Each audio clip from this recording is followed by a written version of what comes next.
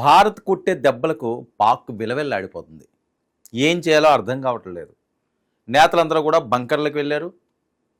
కొంతమంది విదేశాలకు పారిపోతున్నారు. సముద్ర మార్గం గుండా కొంతమంది వెళ్తే, విమానయానం ఏదైతే భారత్ గగనతలం నుంచి ఇంకా వాళ్ళు ఎగరడానికి అవకాశం లేదు, వేరే రూట్స్ ఉంటాయి కాబట్టి ఆ రూట్స్ నుంచి వెళ్ళిపోతున్నారు. అలాగే వాహనాల్లో కూడా ఎంతవరకు వెళ్ళాలంటే పక్క దేశానికి చాలా ఉన్నాయి కాబట్టి ఆ పక్క దేశాల నుంచి అలాగా పారిపోతున్నారట. మరి ఎందుకు ఈ పరిస్థితి తెచ్చుకోవడం?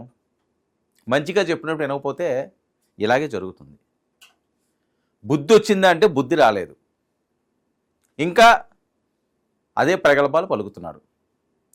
భారత్ మిస్సైల్ని మేము చితగొట్టేసాం, భారత్ ఇవి పేల్చేసాం, అవి పేల్చేసామని చెప్పి ఆ మీడియా ఫేక్ వార్తలు వేస్తుంది.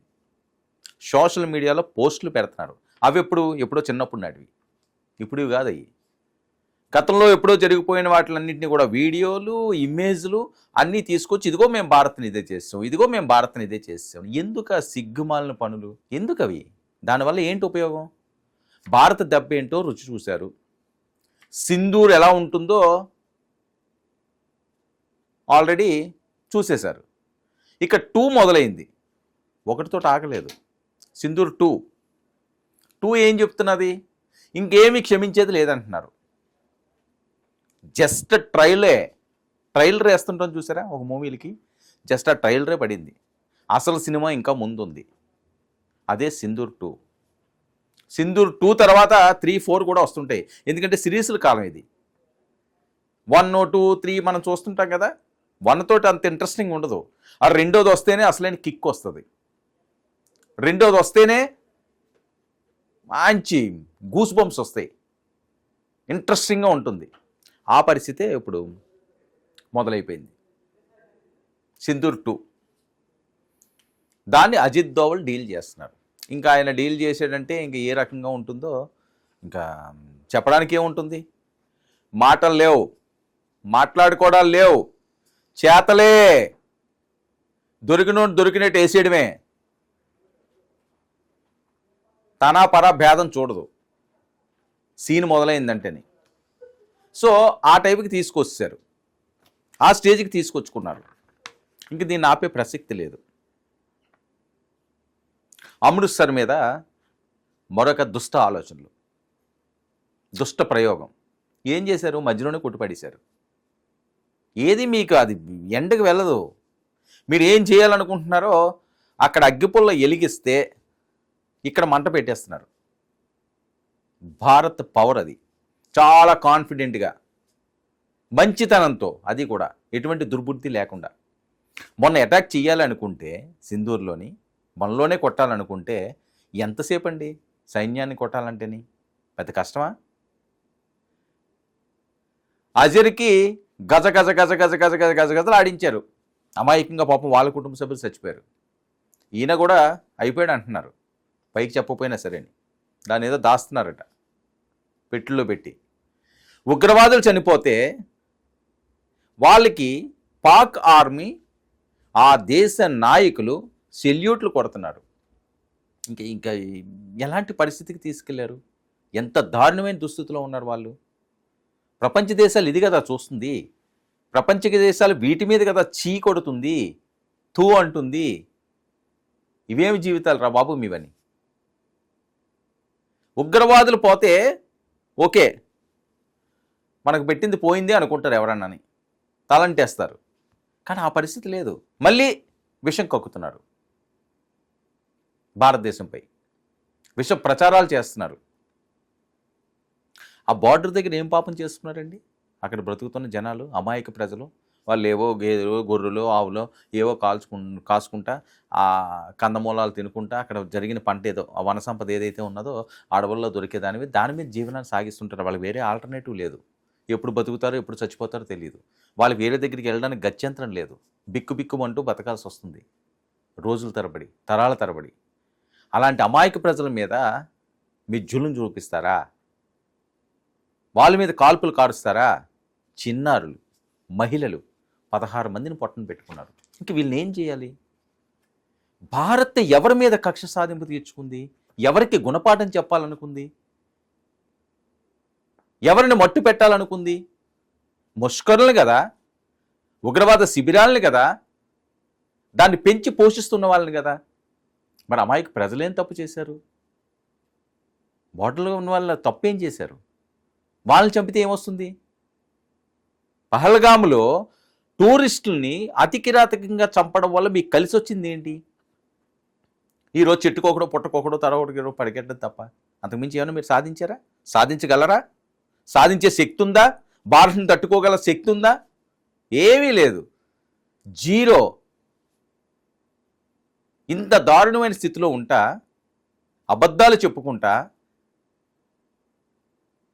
అబద్ధపూర్వమైన ప్రకటనలు చేసుకుంటా, సోషల్ మీడియాను వాడుకుని మేము భారత్ని చంపేసాం, భారత్ని ఇది పొడిసేసాం, అది 15 చేసేసాం, 20 పొడిసేసాం, ఆ మిసైళ్ళన్నీ మేము పడగొట్టేసాం అని చెప్పి ఫేక్ వార్తలు పెడుతుంటే చీ అంటలేదా?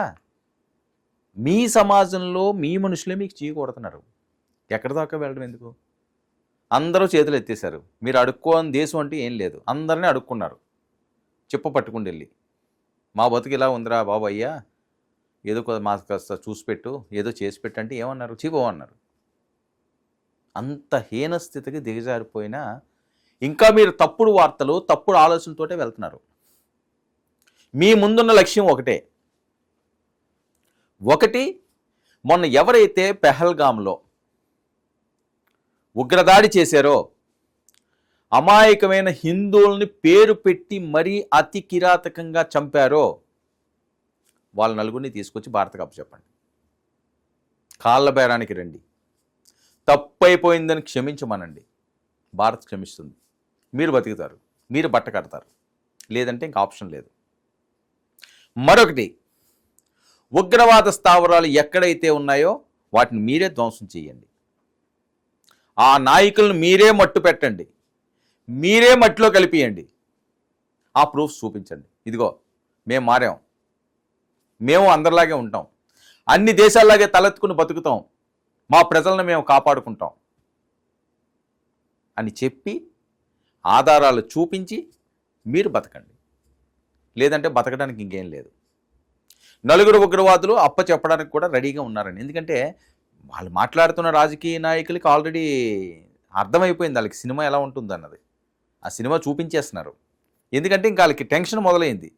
బతుకుంటే బలిసా కన్నా తినొచ్చు, ఆ నలుగురు దుర్మార్గుల కోసం మనందరం ఎందుకు సావాలరా బాబు అని చెప్పి వీళ్ళు తీర్మానం చేసేసుకున్నారట. ఈ రోజు కానీ రేపు కానీ నలుగురు ఉగ్రవాదుల్ని అప్పచెప్తారు. అది చైనా ద్వారా కానీ యుఎస్ ద్వారా కానీ మధ్యవర్తిత్వం చేసి వాళ్ళని అప్పచెప్పడానికి పూర్తి సన్నాహాలు చేస్తున్నారు. కాశ్మీర్కి అతి చేరువలో ఉన్న అడవుల్లోనే వాళ్ళ స్థావరాలు ఉన్నాయి, అందులో ఉన్నారని ఆల్రెడీ వాళ్ళకి ఇన్ఫామ్ కూడా చేశారు. మీ నలుగురిని ఏమీ భారత్ చంపీదు, ఉరి శిక్షలు ఏమీ కాదు, కసపులాంటి వాళ్ళనే చాలా కాలం ఉంచారు, మీకేం పర్వాలేదు, తర్వాత ఏదో చూద్దాం, ముందైతే మాత్రం మా ప్రాణాలు కాపాడించండి, మేము టెన్షన్లో ఉన్నాము, బిక్కుబిక్కుమంటూ ఉన్నాము, ఎప్పుడు లేపేస్తారో అర్థం కాని స్థితిలో ఉన్నాము, ఈ టైంలో మీరు అక్కడ కూర్చుండి ఇక్కడ కూర్చుండి అక్కడ తాకుండా ఇక్కడ తాకుండా మీరు ఏమీ చేయడానికి లేదు, మీ ప్రాణాలు ఏం పోవు, మీరు ఆత్మాహుతి దళాలే అవి, బాంబర్లే వాళ్ళు, ఇంకా వాళ్ళ ప్రాణాలు పోవడం ఏంటి, వాళ్ళు తెగించొచ్చిన వాళ్ళే, వాళ్ళ ప్రాణాలు ఏం పెద్ద లెక్కేం కాదు. కానీ వాళ్ళ ప్రాణాలు ఇక్కడ అప్పచెప్పితే వీళ్ళు బతుకుతారు. ఇక్కడ అది ఆ లింక్ ఉంది, ఆ లింక్ని కలిపితే పర్వాలేదు. అది భారత్ తీసుకొచ్చి అప్పచెప్పితే గౌరవంగా ప్రపంచ దేశాల్లో మీకు కూడా కాస్త తలెత్తుకునే విధంగా ఉంటుంది, మీ ప్రాణాలు ముంగిగా నిలబడతాయి. లేకపోతే యుద్ధం ఆగదు, ఆగేదే లేదు. ఎందుకంటే మీరు ఇప్పటికీ కవ్వింపు చర్యలు చేస్తున్నారు కదా, ఇప్పటికీ అమాయక ప్రజలను చంపుతున్నారు కదా, ఇంకా మీకు బుద్ధి రాలేదు కదా, ఇంకా మీకు సిగ్గు లేదు కదా, ఇంకా మీరు అరాచకాల గురించి ఆలోచిస్తున్నారు కదా, ఇంకా మీరు దుష్ట పాలన చేద్దాం అనుకుంటున్నారు కదా, ఇంకా మీకు దుష్ట ఆలోచనలతోటే ముందుకు సాగుతున్నారు కదా, ఇంక మీకు ఎందుకు ఇవ్వాలి అవకాశం? ఎన్నిసార్లు ఇవ్వాలి? దేనికి ఇవ్వాలి? ఇవ్వరు, ఇవ్వడానికి చూడలేదు. అందుకనే సింధూర్ 2 లైన్లో ఉంది. లేకపోతే మొన్నే భారత్ చెప్పేసినాం, లేదు మేము అనుకున్న టార్గెట్ రీచ్ అయ్యామని. వాళ్ళ నలుగురిని అప్పచెప్పండి అని గౌరవంగా అడుగుతుంది. అజిత్ దోవలే మెసేజ్ పెట్టించారట నలుగురిని అప్పచెప్పడానికి. అజిత్ దోవల్ కానీ అక్కడికి ఎంటర్ అయ్యాడంటే ఎలా ఉంటుందో తెలుసు. ఆల్రెడీ మీ దేశంలోనే ఆయన ఉన్నాడు, మీరు కనిపెట్టలేకపోయారు. మీ గుట్టంతా తెలిసినవాడు అజిత్ దోవల్, మీకు మొగుళ్ళు అడ్డివాడు, సరైన మొగుడు అజిత్ దోవల్. అతను కన్నెర్ర చేసాడో మీరు మాడి మసిపోవాల్సిందే. ఆ నలుగురు ఎక్కడున్నారో కూడా తెలుసు. అది పెద్ద కష్టమేం కాదు. లేపేశారు అన్నట్టుగా వస్తున్న వార్తలు, లేపకపోతే మీరు తీసుకొచ్చి అప్పచెప్పండి. నలుగురిని అప్పచెప్తే మీ బతుకులు బాగుంటాయి, లేకపోతే బుగ్గిపాలు అవ్వక తప్పదు. వేరే ఆప్షనే లేదు. Options all close. తస్మాత్ జాగ్రత్త.